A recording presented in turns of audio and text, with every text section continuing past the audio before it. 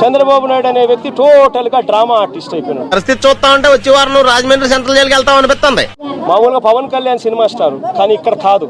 ఎక్కువ మాట్లాడావు అంటే గుద్దలో గుణపం దింపుతాను. ఆయన సినిమా ఆర్టిస్ట్ అయితే ఈయన డ్రామా ఆర్టిస్ట్. ఏమిట్రా మాటలు వెధవా? కానీ చంద్రబాబు నాయుడు పవన్ కళ్యాణ్ మించిపోయినాడు. ఇదేదో మాట్లాడుతున్నావు, వచ్చే దారిలో పిచ్చి కుక్క ఏదైనా కరిచిందా?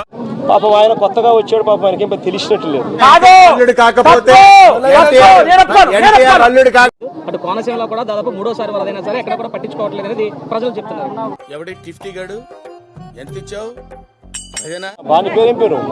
సత్య. అదే సత్య నేను చెప్తా ఉన్నాను. కరెక్ట్ గా నేను ఏమనుకున్నాను అదే చెప్పారా నువ్వు. చాలా తెలియనుడు. ప్రభుత్వం స్పందించడం లేదనే కదా నేను చెప్పేది. ప్రభుత్వం పెద్ద సమస్య వచ్చి పడిందే, ఇప్పుడు ఏం చేద్దాం? Telugu Desam party cadre, Janasena cadre, BJP cadre ప్రతి ఒక్కరు కూడా ప్రజలను ఆదుకోవడంలో పనిచేశారు. కరెక్టే కదమ్మా. జగన్మోహన్ రెడ్డి ఎప్పుడు కూడా తప్పుడుగా మాట్లాడదు, ఉన్న వాస్తవాలు మాట్లాడు. షాప్ నమోదు లేదన్నాడు. తెలివైనోడా తింగరోడా అర్థం అవుతాం. నోరుంది కదా ఇష్టం వచ్చేట్టు వాకూడదండి రావు గారు. ఉద్యోగస్తులకు 1 సెలవు అయితే 31 జీతాలు వస్తున్నాయి. అది చంద్రబాబు నాయుడు. అట్లుంటది మనతోని. నువ్వు వచ్చిన ప్రయాణం కూడా ఎలా ఉందంటే ముద్దులే జెండాలు వేసుకునే ట్రాక్టర్లా వేసేసాడు, బాగా వేసేసాడు. కొబ్బరి నూనె స్థలం మీద దువ్వడమా అంటే సూపర్ 6 అంటే ఏమిటి నాకు గుర్తులేదే.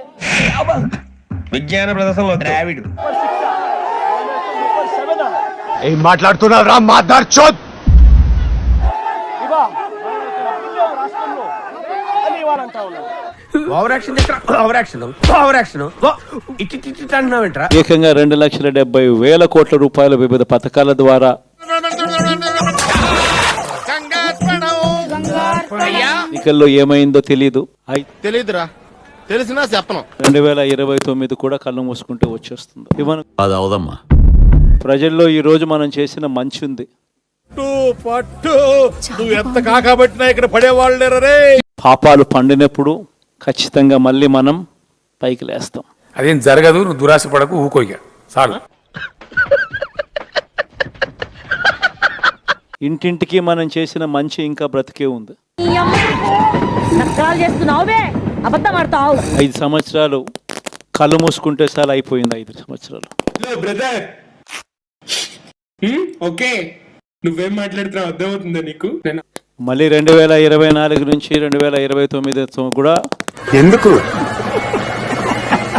గుర్తు పెట్టుకోవాల్సిన అంశం ఏమిటి అని అంటే, సినిమాలో ఓన్లీ ఫస్ట్ హాఫ్ మాత్రమే అయ్యింది. ఇదే ఆగం, ఇట్లా కొంత ఆగం. మనం ఏ మాదిరిగా పైకి లేచాము అన్నది కూడా మీ అందరికీ తెలిసిన విషయాలే. తెలీదమ్మా, తెలీదండి. మళ్ళీ మనం లేయడం కూడా తథ్యం. అది అవదమ్మా.